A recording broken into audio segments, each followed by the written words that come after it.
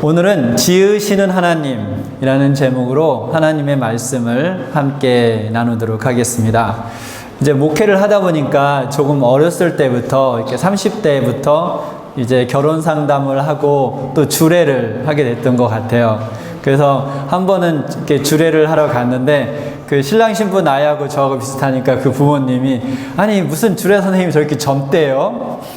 그래서 저도 당황하고 신랑 신부도 당황했던 적이 있었는데 근데 이렇게 이제 커플이 이제 결혼을 결심하고 상담을 받으러 이렇게 저에게 오면 그 두 사람을 보면 참 신기해요. 세상에 남녀가 그렇게 많은데 어쩌자고 한 명을 선택해서 살겠다고 선택해서 또 그 수많은 사람 중에 한 사람을 선택하는 일이 정말 신비하고 또 미스테리고 또 정말 놀라운 일이라는 생각을 했습니다. 우리 세계 인구가 이번 주에 설교를 준비하다 보니까 80억이 조금 안 돼요. 그렇죠? 그러면 남녀를 반으로 본다면 40억이잖아요. 그렇죠? 세계 인구의 남자 여자 반 40억인데 그래서 결혼을 위해서 한 명을 선택하는 거는 40억 명 중에 한 명을 선택하는 거예요. 그렇죠? 여러분 결혼하신 분들 참 대단한 일 하신 겁니다. 그렇죠? 엄청난 결심을 한 거죠. 그렇다고 보면 이 선택은 참 고귀하고 또 중요한 선택임에 틀림이 없습니다. 근데 여러분 하나님도 선택을 하십니까? 네, 하나님도 선택하시는 일을 하시는데 특별한 일을 위해 특별한 사람을 선택하는 것은 하나님이 하시는 일 중에 가장 중요한 일 중 하나입니다. 그래서 우리가 이제 창세기를 요새 공부하고 있지 않습니까? 그러면 창세기 12장에 하나님께서 한 사람을 선택을 해요. 누굴 선택합니까? 네, 아브라함을 선택합니다. 근데 이 아브라함의 선택은 세계 인구의 반 남녀가 아니고 온 세계, 그 당시 인구를 우리가 알 수는 없지만 온 세계에 있는 모든 사람 중에 한 명, 그 아브라함을 선택을 했습니다. 근데 하나님께서 이 아브라함을 그러면 왜 선택을 하셨습니까? 하나님께서 특별한 계획을 갖고 계셨죠. 우리 화면에 창세기 12장 2절부터 3절에 있는 말씀을 보겠습니다. 그래서 하나님께서 아브라함을 선택하시고 이렇게 말씀하셨어요. 같이 읽어보겠습니다. 마음이 좀 감동이 오네요. 함께 읽을 수 있네요. 그렇죠? 네, 함께 읽어보겠습니다. 시작. 내가 너로 큰 민족을 이루고 내게 복을 주어 내 이름을 창대하게 하리니 너는 복이 될지라. 너를 축복하는 자에게는 내가 복을 내리고 너를 저주하는 자에게는 내가 저주하리니 땅의 모든 족속이 너로 말미암아 복을 얻을 것이라 하신지라. 제가 이 성경절을 이제 반복해서 읽어봤어요. 반복해서 읽다 보니까 특별히 이제 영어 성경에는 어떤 단어가 더 제 마음속에 이렇게 확대경처럼 제 마음속에 다가오는 단어가 있었는데 그 단어가 뭐였냐면 내가, I, 이것이 반복되는 것을 볼 수 있어요. 그래서 이 and라는 단어를 써서 I를 쓰지 않았지만 and라는 단어를 쓰지 않았다면 계속 I, 내가 지금 누가 하겠다는 거예요? 하나님이 하시겠다는 것을 하나님이 결국은 하나님이 무엇을 하실 것인가를 이 짧은 구절 속에서 엄청나게 강조하고 있는 것을 볼 수 있습니다. 결국 하나님께서 일을 계획하시고 하나님께서 일을 실행하시고 하나님께서 일을 마치시겠다는 것입니다. 그리고 하나님은 이 창세기 12장의 말씀을 계속 22장까지 반복해서 말씀을 하세요. 똑같이 반복하지 않지만 같은 약속을 조금 다르게 반복을 하시는데 22장까지 우리가 반복하는 모든 말씀을 오늘 아침에 같이 보겠습니다. 그래서 여러분 한번 세어보세요. 몇 번을 반복해서 말씀하시는지. 그래서 아브라함이 이제 하란을 떠나서 세겜 지역을 지날 때 그곳에 하나님께서 두 번째로 다시 나타나십니다. 이게 두 번째, 그렇죠? 두 번째로 다시 나타나셔서 약속을 다시 하시죠. 창세기 12장 7절에 같이 읽어보겠습니다. 시작. 여호와께서 아브라함에게 나타나 이르시되 내가 이 땅을 내 자손에게 주리라 하신지라. 자기에게 나타나신 여호와께 그가 그곳에서 제단을 쌓고. 그래서 우리가 시간이 얼마나 흘렀는지는 알지 몰라요. 그렇죠? 그러나 아브라함이 하란을 떠난 이후에 다시 두 번째로 하나님께 나타나셔서 12장 초반에 말씀하신 약속을 다시 하십니다. 이제 우리가 12장이 쭉 가다 보면 이집트를 갔다가 아주 그 창피한 일을 당하고 그 다음에 다시 이집트를 떠나죠. 그렇죠? 그 다음에 이제 아브라함과 롯이 같이 있기에는 너무 부유해서 갈라집니다. 그럼 여기서 퀴즈를 한번 내볼게요. 이 아브라함과 롯이 갈라지는 것이 창세기 몇 장이 나옵니까? 13장. 네, 그렇죠. 지금 이제 12장, 13장. 잘하셨어요. 박수 한번 쳐드릴게요. 네, 잘하셨습니다. 창세기 13장에 보면 이제 아브라함과 롯이 갈라지죠. 근데 이 아브라함과 롯이 갈라진 다음에 하나님께서 다시 아브라함에 나타나셔서 13장 15절 16절에 이렇게 말씀하십니다. 같이 읽겠습니다. 시작. 보이는 땅을 내가 너와 내 자손에게 주리니 영원히 이르리라. 내가 내 자손이 땅에 티끌같이 하리니 사람이 땅에 티끌을 능히 셀 수 있을진데 네 자손도 세리라. 그래서 보면 뭐가 강조됐냐면 여기에서는 누구와 누구에게? 너와 내 자손에게. 그러니까 그 가나안 땅을 아브라함의 후손에게만 주는 것이 아니라 누구에게도 준다고요? 아브라함 자신에게도 준다라고 이곳에 약속을 하셨습니다. 이렇게 해서 13장을 마치죠. 그 다음에 어떤 일이 벌어집니까? 이제 거기에 이제 도시국가들 간의 전쟁이 있어서 이제 소돔과 고모라의 왕들이 패배하죠. 그러면서 롯이 잡혀갑니다.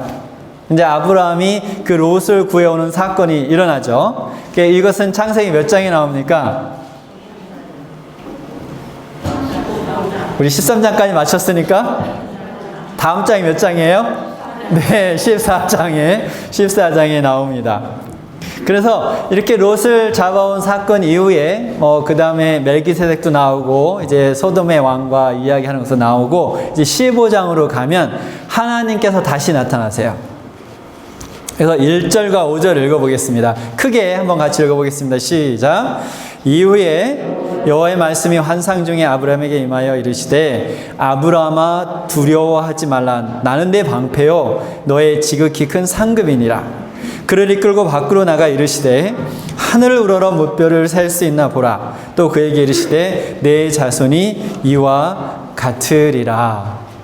네, 이렇게 다시 약속을 하셨어요. 그런데 이 환상을 보고 이 약속을 들은 후에 아브라함이 하나님께 질문을 합니다. 어떻게 이 약속을 확신할 수 있는 질문을 해요. 그래서 내가 이 땅을 소유로 받을 것을 무엇으로 알리까? 그래서 지금 누구 이야기하고 있어요? 자기 이야기하고 있어요? 후손 이야기하고 있어요? 다시 들어보세요. 내가 이 땅을 소유로 받을 것을 무엇으로 알리까? 지금 아브라함이 자기 이야기하고 있어요? 후손 이야기하고 있어요? 네, 자기 이야기를 하고 있어요. 이렇게 하나님, 아브라함 내가 이 땅을 소유로 받을 것을 어떻게 할 수 있습니까? 그러자 하나님께서 이제 짐승, 암소, 또 소, 그리고 숫, 양, 산비둘기, 집비둘기를 가져오라 그래요. 그래서 그 새 비둘기를 제외한 나머지 짐승을 반을 쪼개 놓습니다. 그리고 나서 이제 해가 져서 어두워질 때 하나님께서 그 쪼갠 고기 사이로, 쪼갠 짐승 사이로 지나가십니다. 이게 도대체 무슨 의미일까요? 왜 하나님께서 짐승을 쪼개라고 하고 그 사이로 지나갈까요? 만약 이것이 그 당시에 이제 그 중동 지역에 이 국가 간이나 하는 언약을 하는 방식이었어요. 그래서 이것이 사람 사이에 이것이 이루어졌다면 무슨 뜻이냐면, 만약 내가 이 약속을 어길 경우 내가 이 쪼개진 짐승과 같이 되겠습니다 라는 것이 그 언약의 상징이에요. 그래서 이 Word Biblical Commentary에 보면, 주석책에 보면 이렇게 기록되어 있습니다. 하나님께서 그 갈라진 사이로 지나가셨다. 이것은 만약 이 약속을 지키지 않을 경우 하나님께서 스스로에게 저주를 하시겠다는 것을 의미한다. 그래서 지금 하나님께서 이 사람의 레벨로 오셔서 사람의 레벨에 맞는, 아브라함의 레벨에 맞는 언약을 하셨어요. 결국은 하나님께서 내가 너와 내 자손에게 이 땅을 주지 않으면 내가 이 짐승과 같이 되겠다라는 것이 지금 그 15장에 나와 있는 언약의 표시입니다. 그래서 이렇게 지나가신 이후에, 그 쪼개진 짐승자로 사이로 지나가신 이후에 15장 18절에 보면 다시 같이 읽어보겠습니다. 시작. 그날에 여호와께서 아브람과 더불어 언약을 세워 이르시되 내가 이 땅을 애굽 강에서부터 큰 강 유브라데까지 내 자손에게 주노니 라고 하셨습니다. 그리고 나서 또 세월이 흘렀어요. 그래서 이제 아브라함이 99세가 되었습니다. 아브라함이 몇 세에 떠났죠? 75세에 하란을 떠났어요. 그래서 99세면 세월이 많이 흘렀어요. 그런데 다시 하나님께서 99세의 아브라함에게 나타나십니다. 그래서 이번에는 창세기 17장 2절과 4절부터 6절을 보도록 하겠습니다. 같이 읽겠습니다. 시작. 내가 내 언약을 나와 너 사이에 두어 너를 크게 번성하게 하리라 하시니 보라 내 언약이 너와 함께 있으니 너는 여러 민족의 아버지가 될지라. 이제후로는 내 이름을 아브라함이라 하지 아니하고 아브라함이라 하리니 이는 내가 너를 여러 민족의 아버지가 되게 함이니라. 내가 너로 심히 번성하게 하리니 내가 내게서 민족들이 나게 하며 왕들이 내게로 나오리라. 네, 이렇게 99세에 나타나셔서 언약을 하셨어요. 이제 그 다음에 누가 생깁니까? 네, 이삭이 생겨요. 그래서 100세에 자기의 아내인 사라로부터 아이를 봅니다. 참 얼마나 감격스러울까요? 그렇죠? 얼마나 감격스러울까요? 정말 그 독수리 눈처럼 그 이삭에서 눈이 떨어지지 않았을 거예요. 하루 종일. 그런데 세월이 10몇 년이 흐른 후에 하나님께서 다시 아브라함에게 나타나셔서 그 아들 이삭을 뭐라고 합니까? 번제로 불에 태워서 하나님께 드리라고 했습니다. 이해할 수가 없었어요. 살인하지 말라고 명하신 하나님께서, 그리고 그 당시 이방의 신들이 요구하는 사람을 번제로 드리는 것을 왜 하나님께서 나에게 하라고 하실까? 아브라함은 마음속에 고민이 있었습니다. 그러나 아무리 고민을 하고 고민을 들어도 이것은 사단의 음성이 아니었어요. 분명히 하나님께로부터 온 음성이었습니다. 이 사건이 창세기 몇 장이 나옵니까? 22장. 네, 22장이 나오죠. 이 엄청난 사건 후에 하나님께서는 다시 아브라함에게 나타나서 언약을 되풀이하십니다. 그래서 16장부터 18절에 보면 이르시되 여호와께서 이르시기를 내가 나를 가리켜 맹세하노니 네가 이같이 행하여 내 아들 내 독자도 아끼지 아니하였은즉 내가 네게 큰 복을 주고 내 씨가 크게 번성하여 하늘의 별과 같고 바닷가의 모래와 같이 되리니 내 씨가 그 대적의 성문을 차지하리라. 또 내 씨로 말미암아 천하 만민이 복을 받으리니 이는 내가 나의 말을 준행하였음이라 하셨다 하니라. 네, 이렇게 반복하셨어요. 지금 세고 있었나요? 몇 번 반복하셨죠? 몇 번 반복하셨어요? 네, 7번 반복을 하셨습니다. 그렇다면 약속을 한 번도 아니고 7번이나 반복해서 하셨는데, 그렇다면 하나님께서 이 약속을 지키셨나요? 네, 지키셨어요. 그래서 우리가 제가 창세기 15장을 공부할 때 출애굽기 이제 1장부터 12장을 같이 이제 공부를 했습니다. 그러면서 어떻게 하나님께서 한 가족, 그렇죠? 어떻게 보면 한 부부예요, 부부. 자식도 없는 부부를 불러내서 어떻게 한 민족을 만드는지를 볼 수 있었어요. 여러분 요셉의 이야기 아시죠? 그렇죠? 네, 요셉이 이제 형제들에게 팔려서 이집트로 가서 온갖 사건이 있은 후에 이스라엘에 뭐가 됩니까? 네, 이스라엘의 총리가 되죠. 그래서 기근 때문에 결국은 누가 이제 이집트로 옵니까? 네, 이제 아버지와 이제 형제들이 이집트에 오게 됩니다. 이집트로 이민을 가죠, 그렇죠? 그래서 바로 왕은 그들에게 한 지역을 줘서 살게 합니다. 그래서 창세기 47장 우리가 이제 후에 읽을 텐데 5절부터 6절에 보면 바로가 요셉에게 말하 이르되 내 아버지와 형들이 내게 왔은즉 애굽 땅이 내 앞에 있으니 땅의 좋은 곳에 내 아버지와 내 형들이 거주하게 하되 그들이 고센 땅에 거주하고 그들 중에 능력 있는 자가 있거늘 그들로 내 가축을 관리하게 하라. 어느 땅을 줬어요? 고센 땅을 줬어요. 그렇죠? 그래, 예를 들면 마니토바 이렇게 한 지역을 준 거예요. 그 지역에 살라고. 근데 여기에 놀라운 섭리가 있습니다. 근데 여러분 아브라함이나 이삭의 경우에는 또 야곱의 경우에는 무슨 일들이 있었습니까? 지역에 있는 다른 그런 주변에 있는 국가들과의 갈등이 있었죠. 그렇죠? 그런데 그 갈등이 더욱더 심해진다면 결국 또 뭐가 있었을까요? 전쟁이 있었고 그곳에서 패할 수도 있겠죠. 그렇죠? 근데 이러한 국가의 크기로 성장하기가 쉽지 않았을 텐데 지금 어디에 와 있어요? 그 당시 이집트는 가장 강대국 중 하나였습니다. 그래서 가장 강대국의 한 지역에 살게 됐어요. 뭐의 보호를 받습니까? 자기도 모르는 사이에 이집트의 보호를 받은 거죠. 그리고 그곳에서 주변 국가들의 어떤 군사적인 압력도 받지 않고 계속해서 번창해서 국가의 크기로 성장을 합니다.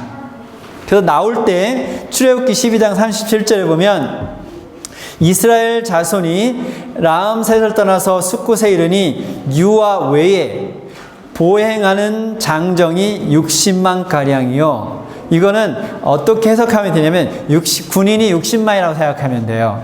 대군이죠. 그렇죠? 남자 장정 수를 센 것이 60만이었어요. 그래서 Ancient Hebrew .org에 보면 이렇게 이 성경절을 해석을 했습니다. 이 성경절에 의하면 이집트를 떠날 때 야곱의 후손종 성인 남자의 수가 얼마? 60만이었다고 하죠. 근데 만약 모든 남자가 결혼을 했고 평균 5명의 자녀를 두었다고 한다면 이스라엘의 인구는 600만이었습니다. 이것은 출애굽 당시 그들을 따라 나온 다른 부류의 사람들을 포함하지 않은 숫자입니다. 그래서 하나님께서는 한 가족을 이집트로 부르셔서 이집트라는 강대국의 보호 아래 하나의 나라로 한 가족이 성장할 수 있도록 계속해서 번영할 수 있도록 하셨어요. 그리고는 마침내 누가 이 세상에 태어납니까? 아브라함의 자녀로 마침내 여자의 후손 예수 그리스도가 이 땅에 태어나셔서 우리의 모든 죄를 속죄하시고 십자가에 들어가시죠. 그래서 갈라디아 3장 29절에 보면 너희가 그리스도의 것이면 곧 아브라함의 자손이요 약속대로 유업을 이을지니라. 그래서 아브라함을 부르시고 아브라함과 사라 한 부부를 부르셔서 결국은 한 나라를 이루게 하시고 결국은 그 아브라함의 자손의 이름으로 모든 민족이 복을 받게 하셨다는 약속을 어떻게 하셨습니까? 약속을 이루셨어요. 그럼 질문을 하나 더 드리겠습니다. 아까 제가 이렇게 몇 번 강조했었는데 아브라함이 약속의 땅을 받았습니까? 이건 좀 헷갈리죠, 그렇죠? 근데 여기가 이렇게 보면 아니면 출애굽 이후에 모세가 죽고 이제 여호수아가 이끄는 군대가 가나안을 점령하죠. 그렇죠? 그때서야 그것을 가나안을 소유하게 됩니까? 네, 여기서 우리가 약간 헷갈릴 수 있는데 아브라함은 그 땅을 받았어요. 안 받으면 안 돼요. 왜 안 되나요? 네, 하나님께서 분명히 너와 내 자손에게 주겠다고 약속을 하셨기 때문에 아브라함이 받지 않으면 하나님이 저주를 받으셔야 돼요.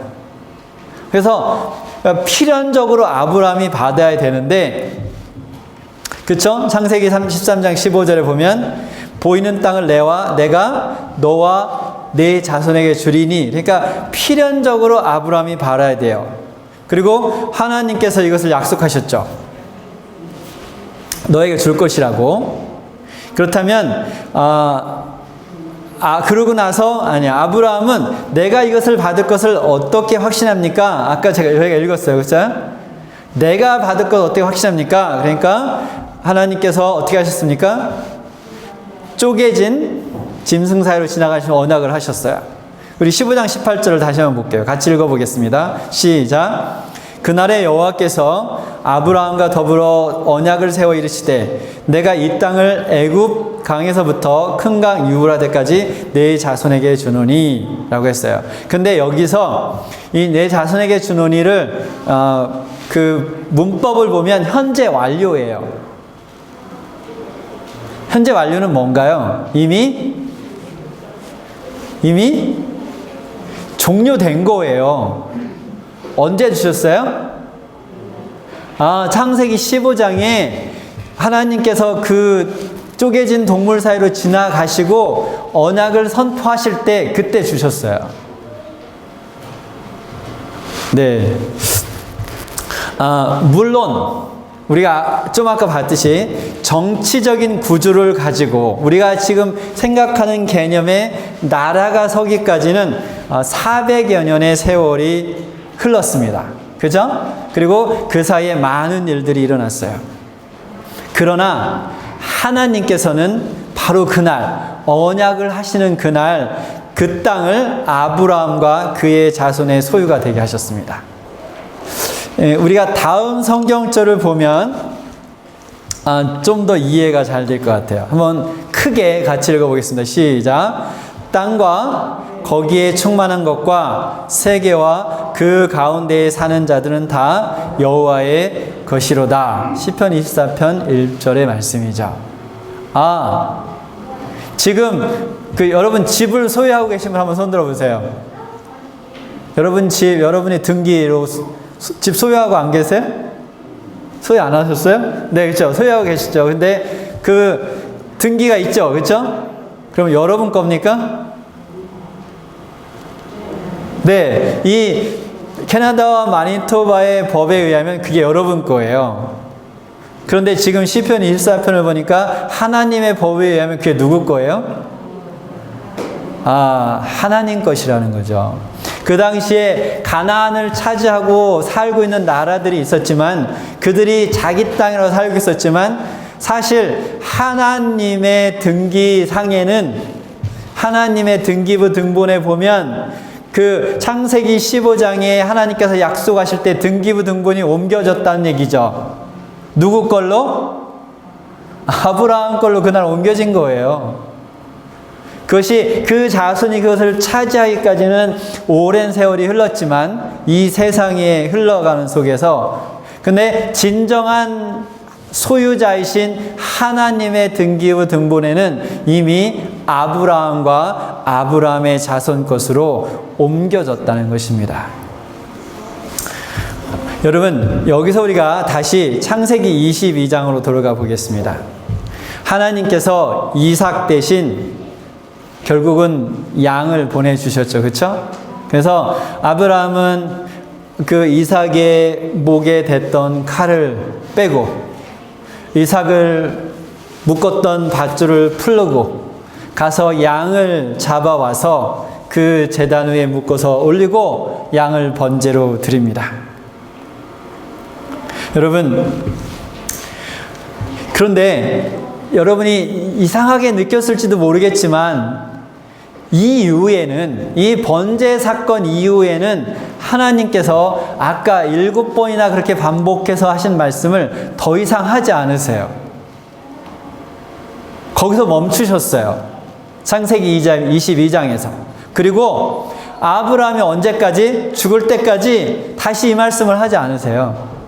왜 안 하셨을까요? 더 이상 하실 필요가 없으셨어요. 왜 하실 필요가 없었습니까? 네. 아브라함은 그때가 돼서야 결국은 하나님의 큰 뜻을 이해합니다. 우리가 읽어봤잖아요. 우리가 다음 주에 그 설교를 이제 할 건데, 오늘은 하나님이 하신 일을 우리가 집중했어요. 그러면 다음 주 설교에는 아브라함은 뭘 했는지를 우리가 볼 건데, 잠깐 맛을 보면 아브라함은 계속해서 불만이었어요. 뭐가 불만이었어요? 자식이 없는 것이. 그런데 결국은 그 100세에 얻은 자식을 청소년이 되었을 때 번제단에 올리면서 결국은 그는 하나님의 뜻을 온전히 이해할 수 있게 됩니다. 하나님은 지으시는 분이세요. Builder. God is a builder. 그래서 짓는 사람은, 짓는 분은, 그렇기 때문에 하나님은 마스터 플랜을 갖고 계십니다. 아브라함을 불렀을 때 이 마스터 플랜을 갖고 있었어요. 그리고 그 마스터 플랜에 맞춰서, 때에 맞춰서 실행을 하십니다. 그것이 때로는 우리가 답답해요. 그렇죠? 왜 일이 진행이 안 되는지 답답하는데, 하나님께서는 그 마스터 플랜에 맞춰서, 때에 맞춰서 일을 실행하고 계신다는 거죠. 그리고 하실 일을 절대로 미루지 않아요. 여기 공무원들 같지 않아요. 그렇죠? 할 일을 미루지 않고 때에 맞춰서 하신다는 거죠. 그리고 때가 되면 일을 마치시고, 하나님께서 마치신 그 일은 마스터피스입니다. 졸작이 아니라 하나님께서 마치신 그 일은 마스터피스예요. 하나님은 모든 것을 지으십니다. 아멘입니까? 네. 사람을 지으세요. 여러분을 지으셨어요. 그렇죠? 여러분을 이 세상에 만들어 놓으셨어요. 누가요? 네, 하나님이 만들어 놓으셨어요. 그리고 사랑하는 사람을 만나게 하시고, 하나님께서 무엇을 하셨습니까? 하나님이 가족을 만드셨어요. 그리고 아까 말씀하신 것처럼 나라를 만드세요. 하나님 무엇을 만드십니까? 또 이렇게 교회 공동체를 만드십니다. 하나님께서는 만드시는 분이십니다. 우리 사랑하는 교인 여러분, 하나님께서 여러분을 이 땅에 나게 하셨습니까? 네? 자신 없어요? 다시 한번 질문해 볼게요. 하나님께서 여러분을 이 땅에 나게 하셨습니까? 네. 그렇다면 여러분은 이 땅으로 부름을 받은 것입니다. 아멘입니까? 네. 아브라함을 하란에서 이끌어내는 것처럼 아무것도 없는 상태에서 여러분을 이 땅에 부르신 분이 누구라고요? 그분이 바로 하나님이라는 거죠.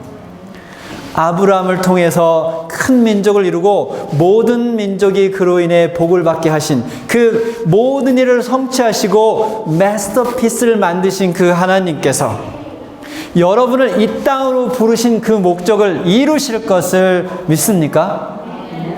네, 그렇게 하실 것입니다. 그리고 하나님께서 이제 주체가 되셔서, 여러분이 삶의 주체가 되면 고통이 와요. 불안하고 불확실하고 마음에 두려움이 옵니다. 그러나 이제 이 땅, 그게 아브라함이 하나님의 뜻을 깨닫기 전에 그의 마음속에 있었던 번민이었어요. 그러나 그가 자식을 하나님께 번제로 드림을 통해서 하나님의 그 뜻을 깨달은 이후에 그는 더 이상 번민하지 않았습니다. 번민할 필요가 없었어요. 이제는 누가 주체가 됩니까? 하나님께서 창세기 12장에 내가 그렇게 반복해도 깨닫지 못하던 아브라함이 마침내 그것을 깨닫고, 내 삶의 주체는 내가 아니고 하나님이시구나. 여러분, 오늘 그것을 깨달으시기 바랍니다. 여러분의 삶의 주체는 여러분이 아니에요. 누구예요? 이 땅으로 부르신 하나님입니다. 여러분, 그 하나님께서 여러분의 삶의 주체가 되시도록 그분을 다시 한번 여러분의 삶 속으로 이 시간에 초청하시겠습니까? 믿음으로 주님의 이끄심을 따라갈 수 있는 우리가 되길 간절히 바라면서 말씀을 마치겠습니다.